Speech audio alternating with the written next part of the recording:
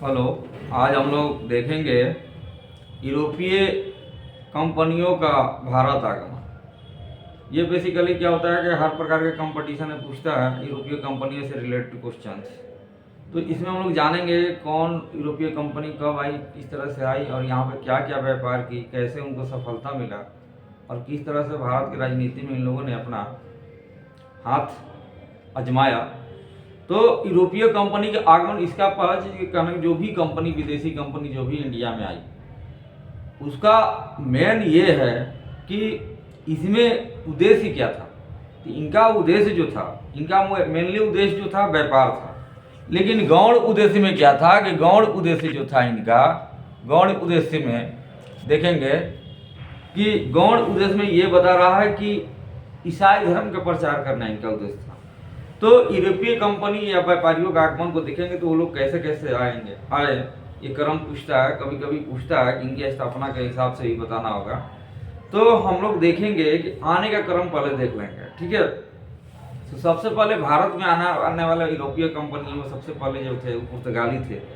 उसके बाद पुर्तगाली लोग के बाद डच आए, अंग्रेज आए, डेन आए और फ्रांसीसी आए। तो सबसे पहले पुर्तगाली कब आए? तो सबसे पहले पुर्तगाली जो भारत आगमन हुआ है 1498 ईस्वी में, डच का जो है 1595 ईस्वी में। उसके बाद हम लोग अंग्रेज को देखेंगे तो 1599 ईस्वी में, डेन जो आए हैं 1616 ईस्वी में और फ्रांसीसी जो आए हैं 1664 ईस्वी में। अब इन पांचों का, ये पांचों विदेशी व्यापारियों का जो आने का क्रम देख लिए। अब इसमें देखेंगे इनके बारे में थोड़ा सा अंदर जाएंगे, जो कि अंदर से भी क्वेश्चन आते हैं, इसमें डिटेल बात करेंगे इसमें क्या क्या चीज हो रहा है। तो पहले हम लोग देखेंगे पुर्तगालियों का विस्तृत विवरण देखेंगे। तो कहने का मतलब क्या है कि जब 1498 में पुर्तगाली कंपनी भारत आई तो सबसे पहले आने वाला पुर्तगाली यात्री कौन था? तो सबसे पहले आने वाला पुर्तगाली यात्री जो था वो था वास्को डी गामा, जो कि 1498 ईस्वी में आया। तो कहाँ पे आया इंडिया में? वो आया है इंडिया में तो केरल के तट पर आया।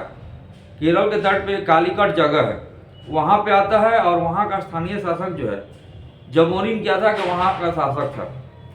जिस मार्ग से वह भारत पहुँचता है उस मार्ग से, ठीक है, उसको क्या कहा जाता है? तो उसको हम लोग केप ऑफ गुड होप मार्ग कहते हैं, ठीक है।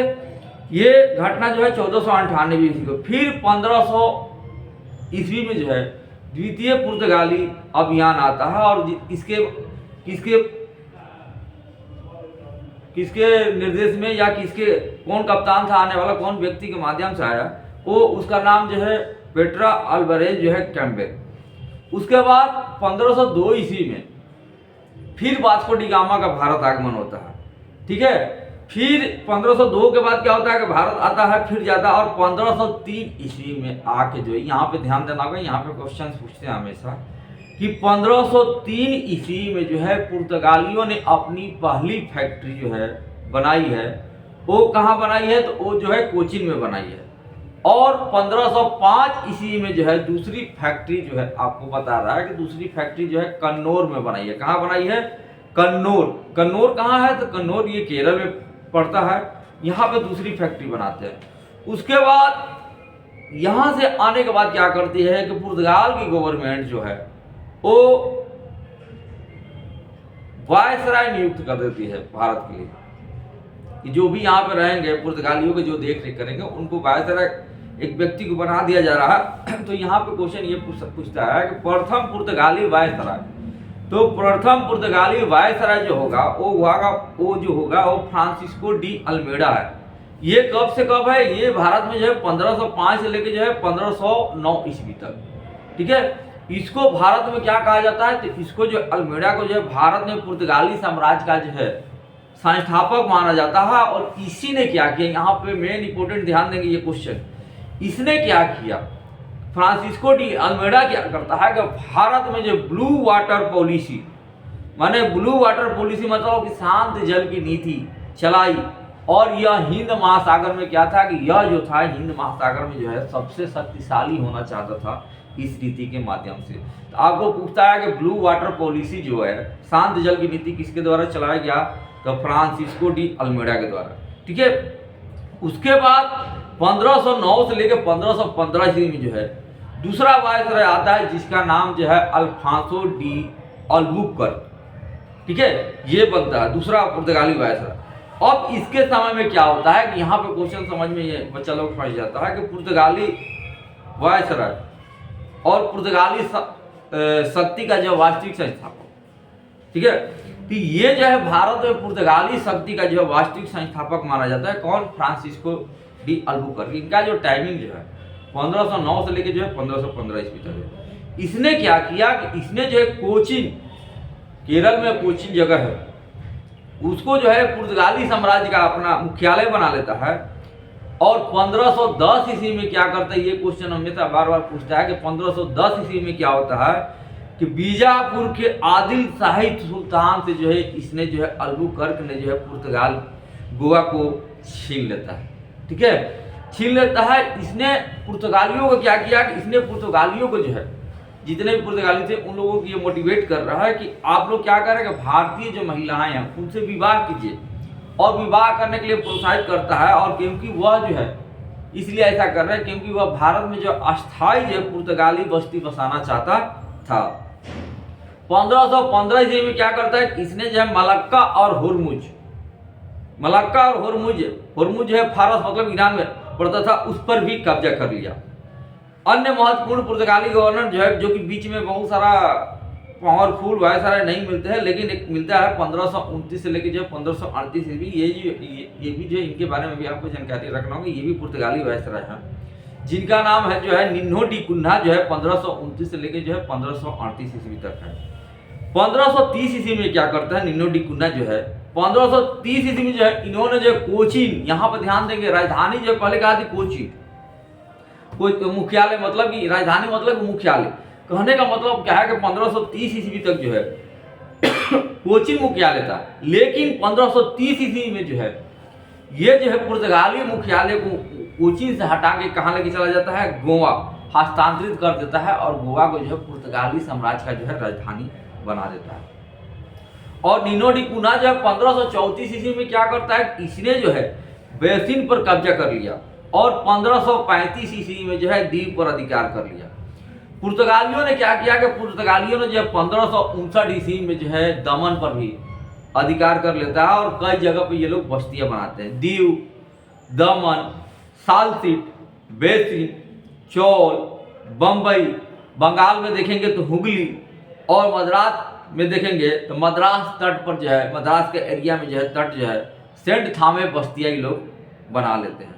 पुर्तगाली प्रभाव का अंत कैसे होता है, ये तो हम लोग देखे थे कि ये लोग विस्तार कर रहे हैं, लेकिन इनका अंत कैसे हो रहा है, तो इनका अंत देखो देंगे धीरे धीरे जो पुर्तगालियों को जो है कई शक्तियों ने हराया। पहला क्या हुआ कि 1611 ईस्वी में जो है अंग्रेजों ने जो है स्वाली तट पर पुर्तगालियों को हरा देता है। उसके बाद हुगली का युद्ध होता है। हुगली का युद्ध कब होता है, ये पूछता है 1632 ईस्वी में। इसमें किसके भी जो शाहजहां, मुगल शासक जो है शाहजहां और पुर्तगालियों के बीच होता है, जिसमें क्या हो जाता है, पुर्तगाली को हरा दिया जाता है। और 1641 ईस्वी में जो है डचों ने क्या किया कि डच लोग जो भी है, डच लोगों ने भी जो है पुर्तगालियों से क्या किया कि ये लोग जो है मलक्का दुर्ग जीत लिया। डचों ने क्या किया कि 1658 ईस्वी में जो है श्रीलंका, 1663 ईस्वी में मालाबार दुर्ग पर जो है पुर्तगालियों से जीत लिया। 1739 में क्या होता है कि पुर्तगाली के साथ बहुत ही खराब घटना घटती है। इसमें क्या होता है कि 1739 ईस्वी में जो है मराठा नेता बाजीराव प्रथम, जिसको हम लोग बोल सकते हैं, ने पुर्तगाल वासियों से जो है सालसीट और बसिन को छीनकर जो है उस पर अधिकार कर लिया। 18वीं शताब्दी तक जो है पुर्तगाली केवल जो है गोवा, दमन और दीव तक ही सीमित रह गए। और अंततः क्या होता है, अंततः जो है 1961 ईस्वी में जो है भारत सरकार ने जो है सैनिक कार्रवाई के द्वारा क्या किया कि गोवा, दमन और दीव से जो है पुर्तगालियों को भगा दिया। कुछ पुर्तगालियों से संबंधित महत्वपूर्ण तथ्य, जितने भी बात कर रहे हैं ये सभी कहीं ना कहीं एग्जाम में पूछे हुए, इनको जानना होगा कि पुर्तगालियों ने सबसे पहले भारत में जो है तंबाकू की खेती की। इससे पहले मतलब कि भारत में तंबाकू की खेती नहीं होती थी। तो आपसे पूछता था कि भारत में तंबाकू कौन लाया था, भारत में तंबाकू जो है पुर्तगाली लगता है। यहाँ पे पुर्तगालियों ने क्या किया, भारत में खास करके हिंद महासागर में, कार्टज आर्मडा कैफाई प्रणाली मतलब हिंद महासागर में लागू किया और इसका अर्थ था कि हिंद महासागर में जो है बिना पुर्तगालियों के जो है कार्टल मतलब परमिट की जो है व्यापार नहीं किया जा सकता था, क्योंकि पुर्तगाली जो है अपने को क्या मानते थे, अपने को जो हिंद महासागर का जो है स्वामी कहते थे। पुर्तगाली शब्द कास्टास, यहां पे समझना होगा कि पुर्तगाली शब्द कास्टास से जो है कास्ट या जाति शब्द की उत्पत्ति हुई। पुर्तगालियों ने अपने भारतीय साम्राज्य को क्या नाम दिया, तो पुर्तगालियों ने अपने भारतीय साम्राज्य को जो है एस्तादो द इंडिया दिया। क्या नाम दिया, एस्तादो द इंडिया दिया। उसके बाद पुर्तगालियों ने भारत में जो है पहला प्रिंटिंग प्रेस जो है गोवा में स्थापित किया। कब, तो 1557 से लेके 1559 ईस्वी के बीच में। पुर्तगाली चूंकि जल सेना में बहुत मजबूत थे और इसी वजह से क्या होता है कि इसी वजह से जो है पश्चिमी तट पर व्यापार के लिए क्या करना पड़ता था कि पश्चिमी तट पर व्यापार के लिए भारतीय शक्तियों ने जो है पुर्तगालियों से क्या किया कि मित्रता कर ली। ये तो अभी हम लोग देख लिए पुर्तगाली का। अब उसके बाद आएंगे हम लोग देखेंगे डच कंपनी जो है 1595 में आती है। अब यहाँ पे जैसे ही डच में जाएंगे तो पहला डच यात्री कौन था, पहला डच यात्री जो है आपको बता रहे हैं कर्नल हाउटमैन था। कौन था, कर्नल हाउटमैन। उसके बाद 1602 ईस्वी में क्या होता है कि United East India Company of Netherland, इसको हॉलैंड भी बोल सकते हैं, नीदरलैंड की स्थापना हुई। तो आप देख रहे होंगे कि ये कंपनी की स्थापना कब हो रही है, 1602 ईस्वी, लेकिन भारत में कब आ गई है, 1595 ईस्वी में आ गई है। यहाँ पे ध्यान देंगे 1605 में क्या होता है कि 1605 ईस्वी में जब पहली डच फैक्ट्री मछलीपट्टनम आंध्र प्रदेश में बनी। उसके बाद 1610 ईस्वी में जो है चंद्रगिरी के राजा के साथ समझौता करके क्या होता है कि पुलिकट, चंद्रगिरी कहाँ है, तो मद्रास में, पुलिकट मद्रास में एक अन्य फैक्ट्री स्थापित किया गया और डचों ने अपना इसे क्या किया कि मुख्यालय बनाया। 1616 ईस्वी में क्या होता है कि 1616 ईस्वी में जो आपको बता रहा है कि फैक्ट्री स्थापित किया गया और 1616 ईस्वी में फैक्ट्री स्थापित किया गया। कहाँ पे, तो सूरत में फैक्ट्री स्थापित किया गया। उसके बाद 1627 ईस्वी में जो है बंगाल में जो है प्रथम डच फैक्ट्री, यहाँ पे ध्यान देंगे बंगाल में प्रथम डच फैक्ट्री जो है पिपली उड़ीसा में बनी। उसके बाद 1641 ईस्वी में क्या हुआ कि विमलीपट्टनम में जो है एक फैक्ट्री स्थापित किया गया। 1653 में क्या होता है, यहाँ पे ध्यान देखिए, बहुत इंपॉर्टेंट क्वेश्चन है कि 1653 ईस्वी में जो है हुगली के निकट जो है चिंसूरा में जो है फैक्ट्री स्थापित की गई, जिसको क्या कहा जाता है, जिसको जो है ये डच कंपनी है गुस्तावास फोर्ट कहा जाता है। क्या कहा जाता है, गुस्तावास फोर्ट कहा जाता है। 1658 ईस्वी में जो है कासिम बाजार, बालासोर, पटना, नेगापट्टनम में डचों ने फैक्ट्री स्थापित किया और 1690 ईस्वी में जो है पुलिकट के स्थान पर जो है पहले क्या था कि मद्रास में इनका मुख्यालय था, पुलिकट के स्थान पर जो है नेगापट्टनम को जो है डचों का क्या किया गया कि मुख्यालय बनाया गया। नोट देखेंगे डच कंपनी की जो थी मुख्य रुचि क्या थी, तो डच कंपनी की जो मुख्य रुचि थी वो ये थी दक्षिण पूर्वी एशिया में मसाला व्यापार में थी। अब देखेंगे डचों के मुख्य विशेषताएं देखेंगे, खासकर भारत के संदर्भ में देखेंगे कि क्या है इसमें। तो बता रहा है कि डचों के मुख्य रुचि जो है आपको बता रहे हैं कि दक्षिण पूर्वी एशिया में जो मसाला व्यापार में थी और भारत में उन्होंने क्या किया कि ये डच लोग जो है कम ही रुचि लिए। डचों ने भारतीय वस्त्रों को प्राप्त किया और इसका निर्यात किया और इसके बदले में दक्षिण पूर्व एशिया से क्या किया, ये लोग मसाला प्राप्त किया। अब आएंगे अंग्रेज को देखेंगे, ब्रिटिश को देखेंगे। ये कंपनी जो है आती है, कब आती है, 1599 में, ठीक है, और इसको हम लोग ईस्ट इंडिया कंपनी भी कहते हैं। अब इसमें देखेंगे कि 1599 ईस्वी में जो है एक कंपनी बनी जिसका नामकरण किया गया। जब 1599 ईस्वी में कंपनी बनी तो इस कंपनी का क्या नाम दिया गया, तो इसमें देखेंगे इस कंपनी का बहुत लंबा चौड़ा नाम था और ये नाम कभी कभी शायद पूछ देता है बहुत सारे टीचर एग्जाम में, कंपटीशन में, बीपीएससी में, रेलवे में। यहाँ कंपनी का नाम जो था, कह रहा है कि कंपनी का नाम जो रखा गया था उस कंपनी का नाम था governor and company of Merchants of London trading into the East Indies. दूसरा क्या है कि 31 दिसंबर 1600 ईस्वी को जो है इंग्लैंड की रानी महारानी उस समय जो है 1600 ईस्वी में एलिजाबेथ प्रथम है ने इस कंपनी को पूर्व के देशों के साथ माने पूर्वी देशों के साथ जो है व्यापार करने का एकाधिकार प्रदान कर देती है। वो भी एकाधिकार कितने सालों के लिए देती है? 15 वर्ष के लिए। उसके बाद क्या होता है कि 1694 ईस्वी में ब्रिटिश संसद में 2 प्रस्ताव आती है और प्रस्ताव में क्या कहा जाता है कि 2 नई कंपनियां बनी। एक कंपनी का नाम जो था जनरल सोसाइटी और दूसरी कंपनी का नाम जो था English company trading in the east. उसके बाद 1705 ईस्वी में जो ब्रिटिश संसद के प्रस्ताव में जो 2 नई कंपनी बनी उसको क्या किया गया कि 1705 ईस्वी में इन दोनों कंपनियों को जो है विलय करके इसका नाम दिया गया government and company of Merchants of London trading into the East Indies में कर दिया गया और इसका अब नया नाम रखा गया the United Company of Merchants of London trading to the East Indies. और यह नाम जो है इतना लंबा नाम जो है 1833 ईस्वी तक रहा। उसके बाद इसका संक्षिप्त नाम या हम लोग कर सकते हैं शॉर्ट नेम कर दिया गया ईस्ट इंडिया कंपनी। आपको यहाँ पे भी क्वेश्चन पूछ सकता है ईस्ट इंडिया कंपनी नाम कब दिया गया? तो ईस्ट इंडिया कंपनी नाम जो दिया गया है वो 1833 ईस्वी में। अब आएंगे देखेंगे ईस्ट इंडिया कंपनी का जो है भारत में प्रवेश में देखेंगे कि 1608 ईस्वी में जो है ये सूरत पहुंचते हैं।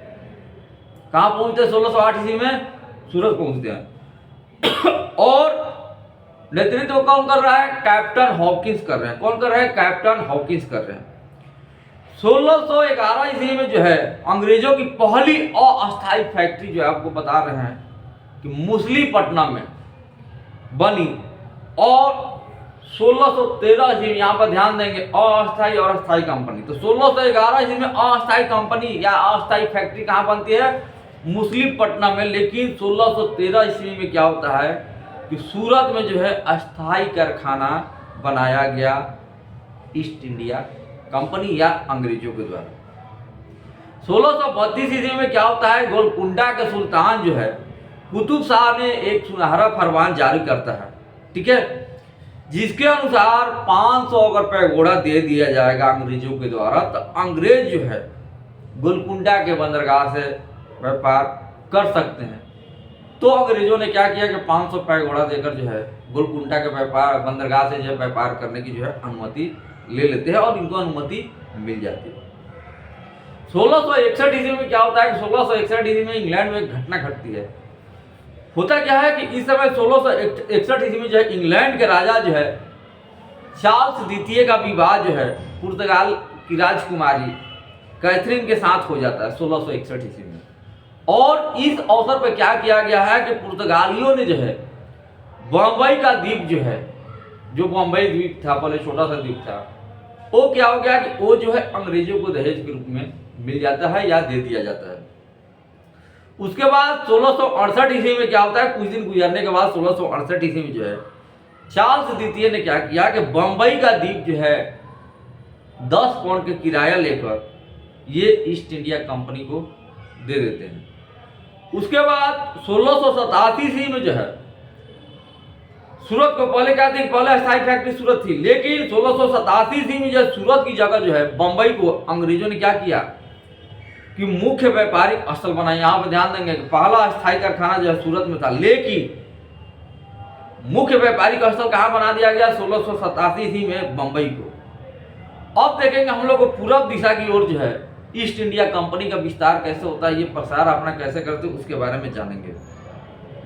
होता क्या है कि 1633 ईस्वी में जो उड़ीसा में ये लोग बालासोर और हरिहरपुर में फैक्ट्री स्थापित करते हैं। उसके बाद 1651 ईस्वी में ये एकदम ध्यान रखना होगा कि यहाँ पे जो है ये बात कर रहे हैं कलकत्ता का। 1651 ईस्वी में जो है बंगाल के हुगली में क्या किया गया है कि ब्रिजमैन के अधीन जो है फैक्ट्री बनती है। उस वक्त जो है बंगाल के जो है सूबेदार शाह शुजा थे। कौन थे? शाह शुजा थे, जिन्होंने कितना किराया लिया वार्षिक? जिन्होंने 3000 रुपये वार्षिक कर के बदले जो है किराए के बदले ये क्या कर देते हैं कि बंगाल, बिहार और उड़ीसा में अंग्रेजों को मुक्त व्यापार की क्या करते हैं, अनुमति दे देते हैं या आज़ादी दे देते हैं।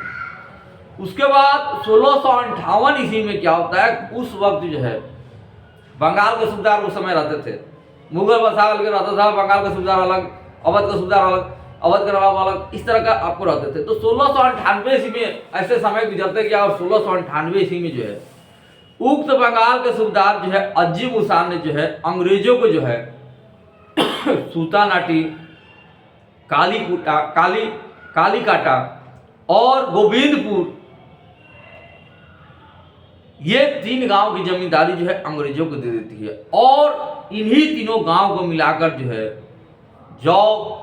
चौरनक ने क्या किया कि कलकत्ता शहर की स्थापना की। कौन कौन गांव को मिलाया गया, कालीकाटा, गोविंदपुर, सूतानाटी, ठीक है, स्थापना की या बसाया।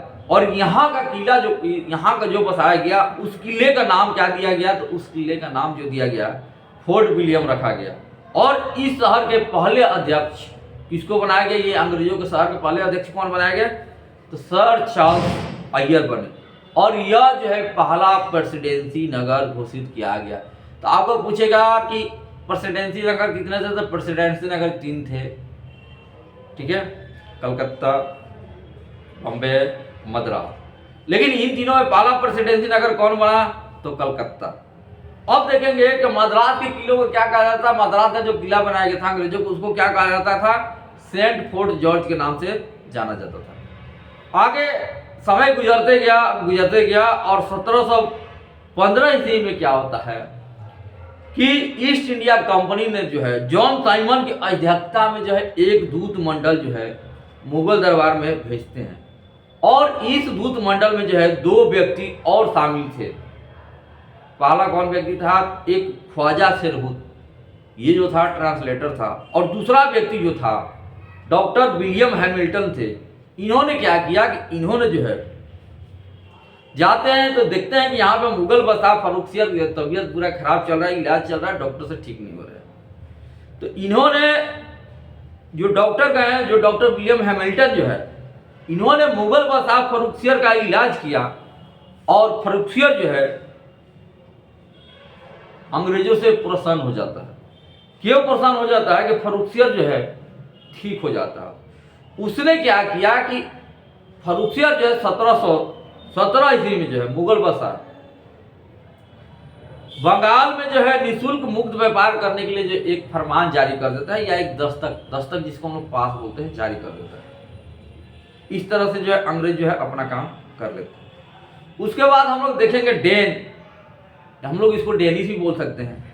ये कब आए, 1616 ईस्वी में। ये ज्यादा कुछ नहीं कर पाए, लेकिन कम समय तक ही रहे, लेकिन रहे। इनको भी जानना जरूरी है। होता क्या है कि 1616 में आते हैं और 1620 ईस्वी में जो है ये तंजौर जिले के जो ट्रंकेबार में जो है, वर्तमान नाम जिसको हम लोग त्रावणकोर कहते हैं, में पहली फैक्ट्री की स्थापना करते हैं। उसके बाद 1676 ईस्वी में जो डेनिश लोगों की जो है बंगाल में जो फैक्ट्री स्थापित की गई है, यहाँ ध्यान रखेंगे कौन कौन चीज कहाँ कहाँ है। तो 1676 ईस्वी बंगाल के श्रीरामपुर में जो है दूसरी फैक्ट्री स्थापित हुई। उसके बाद हम लोग आगे देखेंगे कि 1745 ईस्वी में जो है डेनिश ने अपनी सारी फैक्ट्री किसको बेच दी, अंग्रेजों को बेच दी। और भारत से ये लोग क्या कर देते हैं, चले जाते हैं। और बातें हम लोग देखेंगे एक लास्ट शक्ति है, यूरोपीय शक्ति, ये जो है फ्रांसीसी कंपनी का स्थापना कब होती है, तो फ्रांसीसी कंपनी का स्थापना जो होती है 1664 ईस्वी में होती है। 1664 ईस्वी में होती है। और उस समय सीधा सीधी ध्यान में रखना होगा कि उस समय पूछ सकता है कि फ्रांसीसी कंपनी की स्थापना हुई है तो उस समय वहां का शासक कौन था। तो उस समय फ्रांस के सम्राट जो थे लुई 14वें के समय जो उसके मंत्री, प्रसिद्ध मंत्री जो है कोलबर्ट के प्रयास से एक कंपनी स्थापित की गई और इस कंपनी का नाम दिया गया कंपनी द इंटस ओरिएंटल। इसका निर्माण जो है फ्रांसीसी सरकार के द्वारा किया गया था। 1664 में ये कंपनी बनती है और 1667 ईस्वी में जो है फ्रैंके कैरो पहला फ्रांसीसी यात्री था। ये सब ध्यान रखना होगा, पहला यात्री कौन था, पहला दूसरा कौन आ रहा है, ये सब चीज को ध्यान रखना होगा, इसलिए हमेशा ये सब पूछते रहता है। तो 1667 में फ्रैंक कैरो पहला फ्रांसीसी यात्री था जो भारत में क्या हुआ ये सूरत में आया। और 1668 ईस्वी में जो है फ्रांसीसियों के पहली फैक्ट्री जो है फ्रैंको कैरो के प्रयास से जो है सूरत में स्थापित हुई। यहाँ पर ध्यान रखना है, अंग्रेजों की अस्थायी फैक्ट्री भी कहाँ, सूरत में, और अस्थायी फैक्ट्री कहाँ थी, कोचीन में, ध्यान रखेंगे। और यहाँ पे क्या है कि फ्रांसीसियों की पहली फैक्ट्री जो है फ्रैंको कैरो के प्रयास से कहाँ स्थापित हुआ, सूरत में स्थापित होती है। 1669 ईस्वी में क्या होता है कि दूसरी फैक्ट्री मछलीपट्टनम में स्थापित होती है। उसके बाद कुछ समय गुजरने के बाद 1672 ईस्वी में सेंट थामे, ये मद्रास के नजदीक है, यहाँ पर भी फैक्ट्री स्थापित किया जाता है, किसको, फ्रांसीसियों के द्वारा। मतलब कि जहां जहां अंग्रेजों की फैक्ट्री है वहां वहां फ्रांसीसियों की फैक्ट्री रहेगी। 1673 ईस्वी में ये भी एक शहर की स्थापना करी। जिस तरह अंग्रेज जो है कलकत्ता शहर की स्थापना करते हैं, इसी तरह से फ्रांसीसी लोग भी जो एक शहर की स्थापना करती हैं, जिसका नाम है पांडिचेरी। पांडिचेरी शहर की स्थापना कब हुई, डायरेक्ट पूछता है, तो 1673 ईस्वी में। फ्रांसीसियों ने 1673 ईस्वी में पांडिचेरी के नाम से एक नई बस्ती की स्थापना करते हैं। उसके बाद इन लोगों को जो है 1674 ईस्वी में बंगाल का सूबेदार जो है शाइस्ता खान ने जो है इनको बंगाल में जगह देता है। बंगाल का सूबेदार कौन देता है, शाइस्ता खान ने जो है 1674 ईस्वी में जो है बंगाल में जगह देता है, जहां इन्होंने क्या किया कि 1690 से जो है, ठीक है, 1690 से लेके 1690 के बीच जो है 1690 से लेके जो है 1692 के बीच जो है चंदन नगर की कोठी बनाते हैं।